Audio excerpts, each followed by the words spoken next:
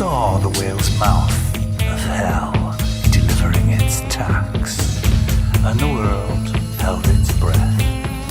Who is loyal to who? Tell me more.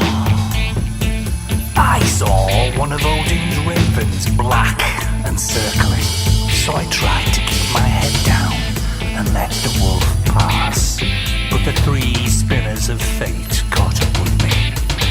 It's a sad story, therefore true. A broken message for you. I know you'll never understand. Another world, another land, another planet. A broken message for you.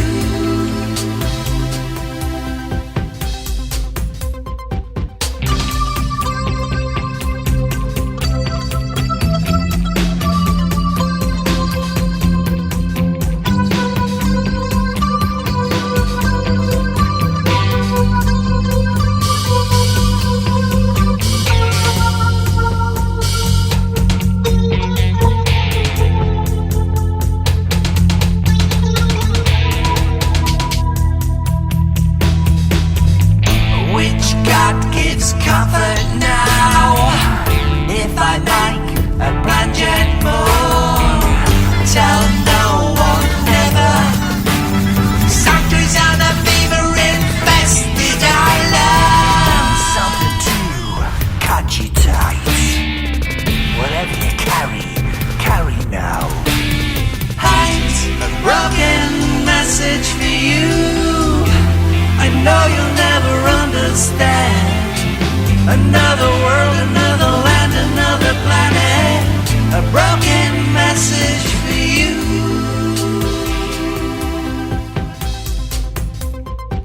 Tail now wags the dog and carries me along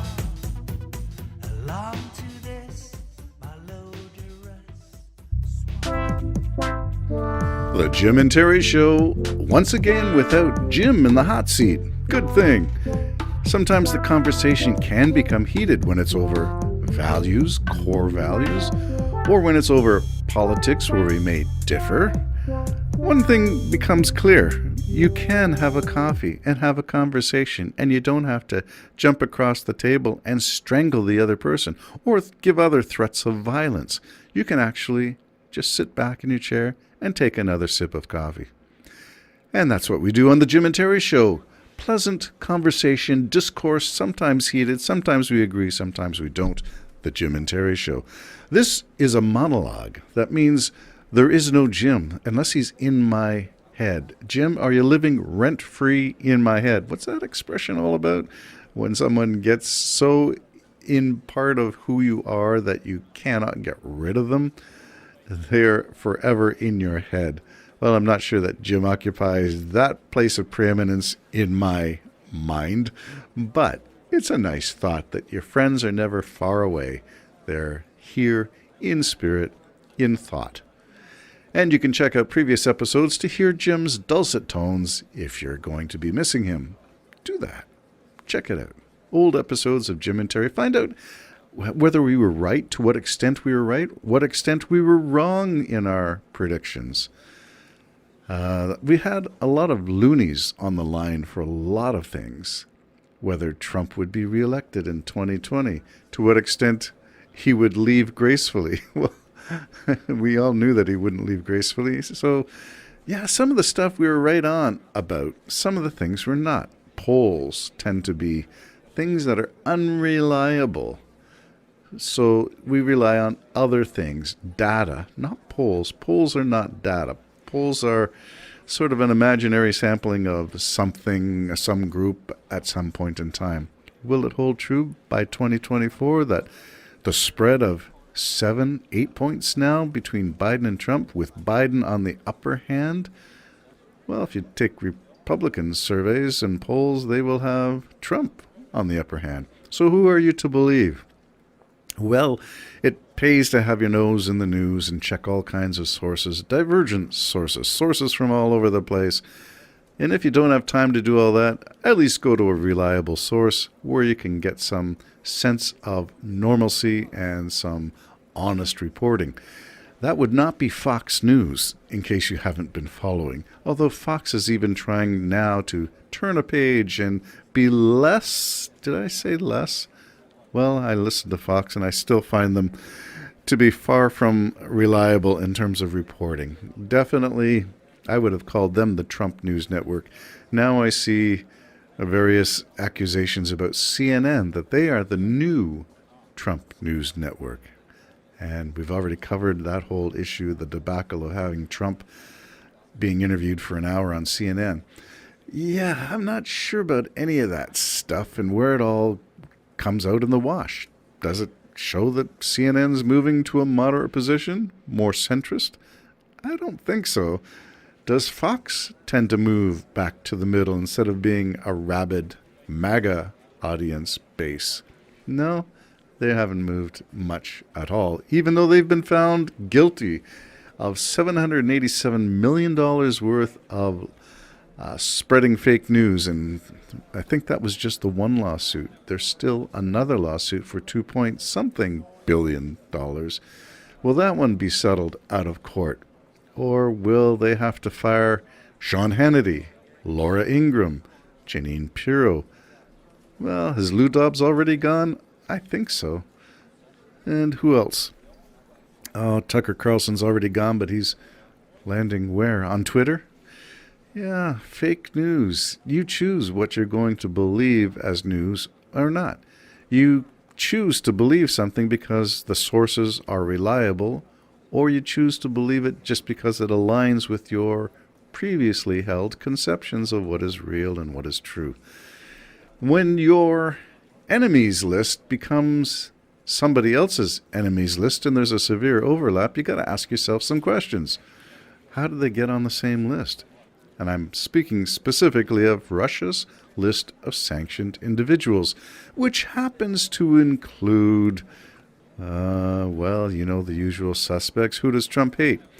Well, he hates Joe Scarborough on MSNBC, who I happen to have my morning cup of coffee with, listening to Mika Brzezinski and Joe Scarborough and their panel, which includes a lot of Republicans, former Republicans, people who used to be Republicans but who either left or hung up their hats, giving up on the ability of Republicans to make sense in the MAGA world. I'm going to diverge here for just a second and say there is a trend in Canada to wear red hats with Save Canada in white stitching on the front. Sort of a hearkening to Make America Great Again or Make Alberta Great Again.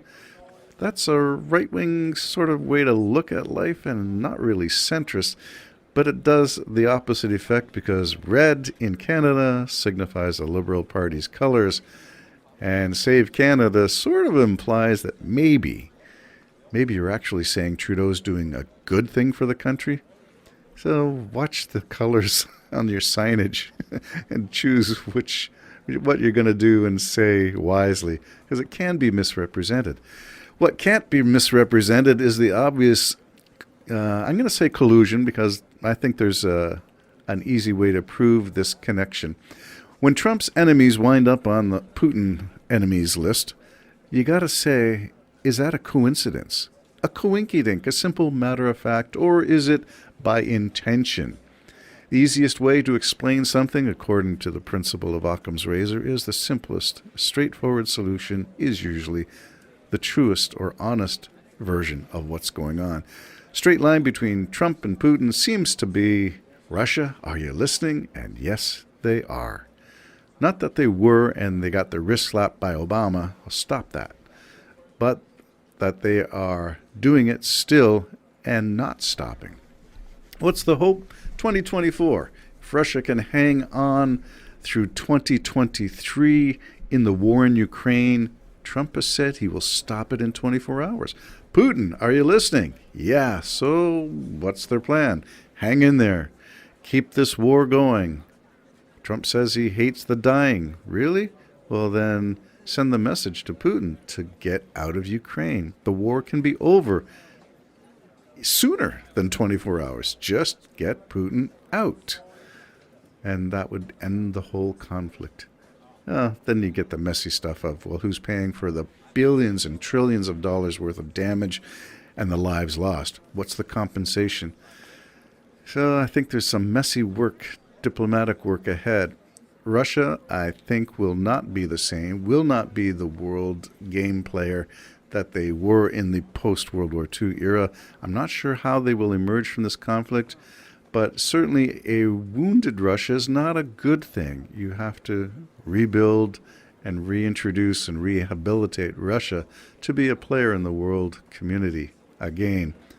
This is a major fall from grace, this war in Ukraine. And although Trump says he can have it done in 24 hours, I think Putin's counting on that. So watch out for the, what do they call it, shenanigans, hanky-panky going on? Is that the word Trump used to talk about E. Jean Carroll? Yeah, hanky-panky in the change room. I think Trump may have had some hanky-panky going on in the Miss America dressing rooms back in the day. He may have had some hanky-panky going on in the Trump Towers. We don't know. Maybe someday it'll come out. Deutsche Bank is having some issues. Was it related to Trump and financing? Is it related to hiding Russian assets? Possibly. There's a lot of stuff we will never know because we are just the people having a coffee at our local coffee shop. How much can we find out? Only the public record. How much can we know? Only what is shared. And maybe that's a good thing. It makes for a fun cup of coffee when you have uncertainty, when you don't really know. And it allows you to have some leeway in your sense of what's going on and how to make sense of it all. How to make sense of Russia, how to make sense of Trump. Well, when your two lists of people, like Morning Joe is just one, but Clinton, Rachel Maddow, MSNBC, who else is on that list?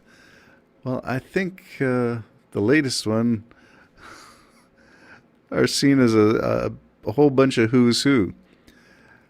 A lot of people from the U.S. Department of Justice. How about Letitia James from New York? Sued Trump for fraud. All of a sudden, she's on Trump's list. And what about Jack Smith, who's prosecuting Trump for the Mar-a-Lago documents, among other things? How about Brad Raffensperger, Secretary of State for Georgia, who recorded Trump's famous call? Brad, listen, I just need 11,780 votes. Can you do that for me? Listen, Brad, do me a favor. Yeah, well, Putin was listening to all of that stuff too.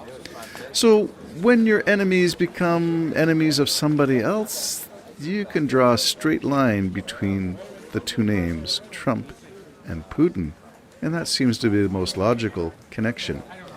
And we can take it one step further and say the Mueller investigation versus the Durham investigation. Who are you going to believe? One's put up to find the cause of problems, one's put up to do a hatchet job on other people. It's not the same. Apples to apples? How about an orange in the bunch of apples? Stay tuned for all this as it unfolds. Are you watching the Blue Jays? Seems to be a bit of a harsh ending yesterday. How about the Leaf fans? Are you still hoping for next season? Will there be a next season? I don't know how things are going to go, but staying involved, active, thinking about this stuff really does help you. Russia, are you listening? Yeah, I'm afraid they are. Trump, straight line. Putin. Bye-bye for now.